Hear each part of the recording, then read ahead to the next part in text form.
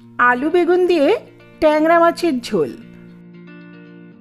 মাছে লবণ আর হলুদ দিয়ে মেখে নিলাম। কড়াইতে তেল গরম করে মাছ হালকা করে ভেজে নিচ্ছি।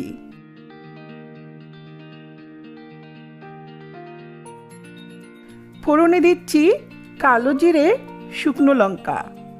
আলু সামান্য লবণ দিয়ে হালকা করে ভাজলাম। এখন বেগুন আর হলুদ দিয়ে আরও একটু ভেজে দিচ্ছি চেরা কাঁচা লঙ্কা, হলুদ গুঁড়ো, জিরের গুঁড়ো। একটু গরম জল দিয়ে কষিয়ে নিয়ে প্রয়োজন মতো গরম জল, স্বাদ মতো লবণ, সামান্য চিনি। 2-3 মিনিট ফুটিয়ে ভেজে রাখা মাছ দিয়ে আরও 2-3 মিনিট ফুটিয়ে নিলাম। শেষে চেরা কাঁচা লঙ্কা দিয়ে ঢেকে রেখে কিছুক্ষণ পর সার্ভ করব। Please subscribe. Thank you.